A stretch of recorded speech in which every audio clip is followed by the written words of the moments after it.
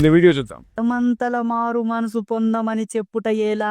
నీ ప్రభువు ముందే మమ్మల్ని మార్చి పుచ్చించిట అయిపోయేది గదా! నీవొచ్చి అడిగేది అవసరమే లేదు గదా! మరి నీ ప్రభువు తెలియకపోయినా మమ్మల్ని ఇలా పుట్టించుట ఎలా? నువ్వొచ్చి మొరపెట్టుకునుట ఎలా?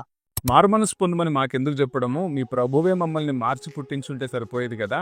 అలా చేసింటే ఇప్పుడు ప్రత్యేకంగా పనిగట్టుకొని సువార్త ప్రకటించేటువంటి అవసరత ఉండేది కాదు కదా అంటూ కాస్త వ్యంగ్యాన్ని యాడ్ చేసి వ్యక్తి మాట్లాడుతున్నాడు. రైట్, వాస్తవానికి ఇది కొత్త ప్రశ్న ఏం కాదు. It's an age old question. దీనికి సంబంధించి బైబిల్ ఎక్స్ప్లెనేషన్ ఏంటంటే, దేవుడు మనిషిని రోబోట్లా క్రియేట్ చేయలేదు.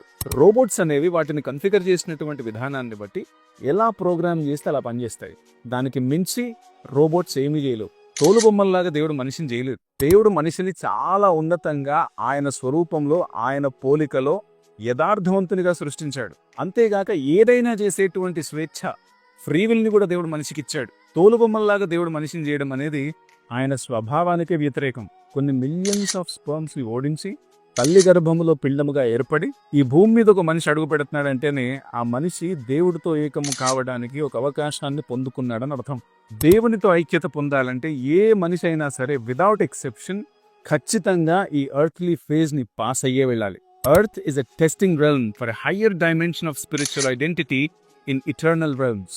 అయితే ఈ భూమి మీద మనం తీసుకునేటువంటి నిర్ణయమే ఇటర్నిటీలో మన పొజిషన్ని డిసైడ్ చేస్తుంది. మనిషి నిత్యం నిలిచిపోయేటువంటి దేవుని మహిమలోనికి అడుగు పెట్టడానికి బేసిక్ క్వాలిఫికేషన్ ఏంటంటే మనిషిలో పాపం ఉండకూడదు. ఎందుకంటే దేవుడు పరిశుద్ధుడు, ఆయన పాపాన్ని ఏమాత్రం కూడా సహించలేడు.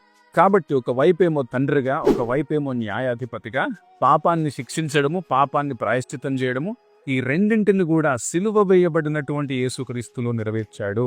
కాబట్టి పాపం విషయంలో మారుమనసు పొంది క్రీస్తును రక్షకుడిగా అంగీకరించి ఆయన మరణంలో మనం పాలు పొందితే ఒక న్యూ ఐడెంటిటీని మనం పొందుకొని న్యూ లైఫ్ లోనికి మనం ఎంటర్ కావచ్చు.